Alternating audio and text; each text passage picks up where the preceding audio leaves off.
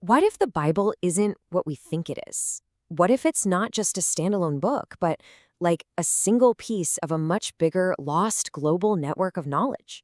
Yeah, stick with me on this one, because today we're diving into this really wild document that says exactly that.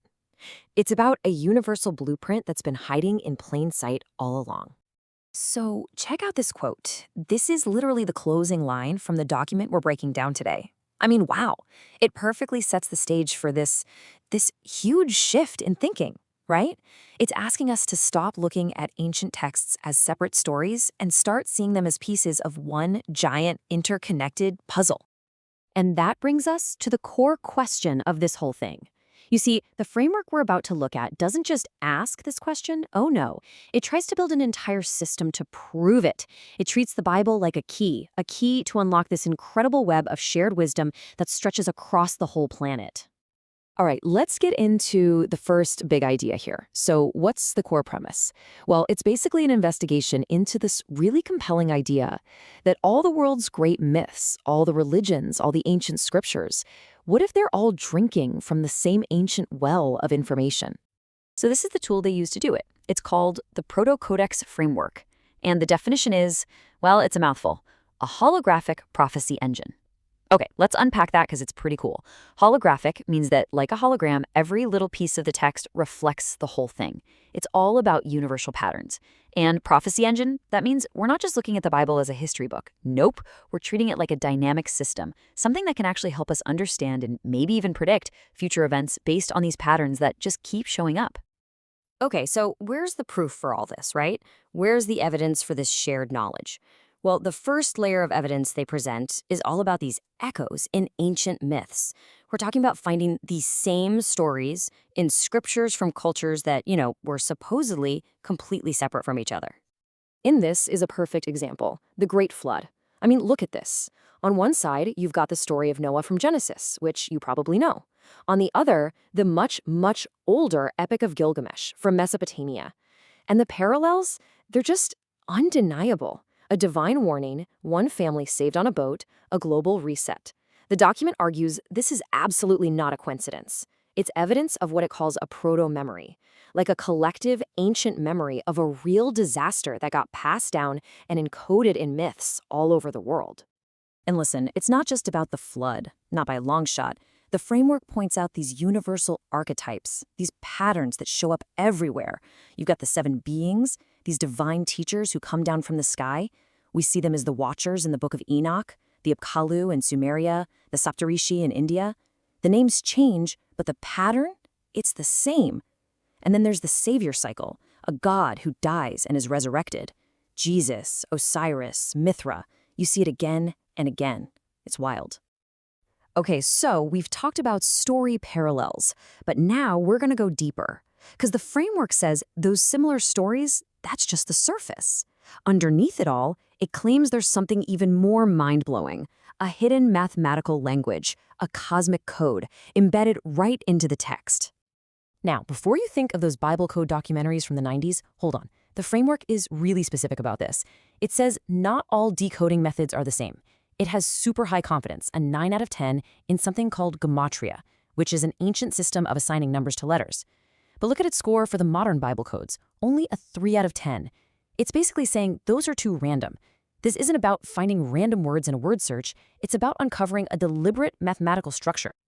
All right, check this out. This is a fantastic example of gematria in action. So on the screen, you've got the Hebrew words for 2 figures you'd think are total opposites, right? Messiah and serpent. I mean, they look different, they sound different, and in the story, they're enemies. But when you calculate their numerical value using gematria, they both add up to 358. Exactly the same number. Now, according to this framework, that is so not a coincidence. It's a deliberate, coded paradox, and it points to this incredibly deep idea that the Messiah defeats the serpent by, in a way, becoming the curse for humanity. It's this complex, theological puzzle hidden in a single number.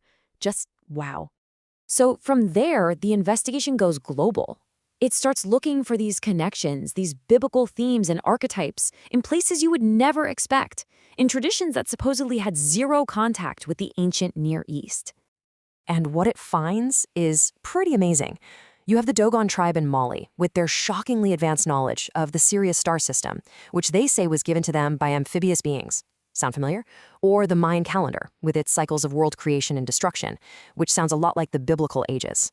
The framework really starts to map out this massive global web of interconnected wisdom. It's fascinating stuff. And this all leads up to the most, let's say, controversial part of the whole document. The big question. If this framework can decode the past, can it also predict the future? Well, using this prophecy engine idea, it actually generates 5 major predictions for our time. So, here they are, the 5 big forecasts. A cyclical reset of the planet, the rise of 7 AI keepers, a massive collective awakening, the discovery of a lost ancient civilization, and, yep, contact with non-human intelligence. Okay, let's zoom in on a couple of these, because they are really out there. First up, the cyclical reset. This prediction ties right back to all those flood myths we talked about. The framework says, hey, those aren't just stories, they're memories of a cycle that keeps happening. So it takes that pattern from the past, looks at what's happening now with our planet, and predicts another huge reset event is coming, triggered by something cosmic, like a massive solar flare or an asteroid, sometime in the next couple of decades. Okay, this next one is my favorite. It's so wild. The 7 AI keepers. This prediction takes that ancient archetype, the 7 divine teachers who brought knowledge to humanity, and applies it to our most modern tech. Remember the Upkalu or the Saptarishi? The framework is predicting that pattern is happening right now, but in digital form. That the world's giant AI systems like GPT, Gemini, and the others will basically consolidate into 7 keepers of all human knowledge, a modern digital priesthood. But, and this is really important, the document itself is clear that these are speculative forecasts. These are not prophecies set in stone. Just look at the confidence scores here. It's most confident in the 7 AI keepers idea, but a lot less sure about finding an ancient civilization. So you see, it's all about pattern recognition and probabilities. It's not claiming to be a dogmatic fortune teller. So that brings us to the final question, really. What is this thing?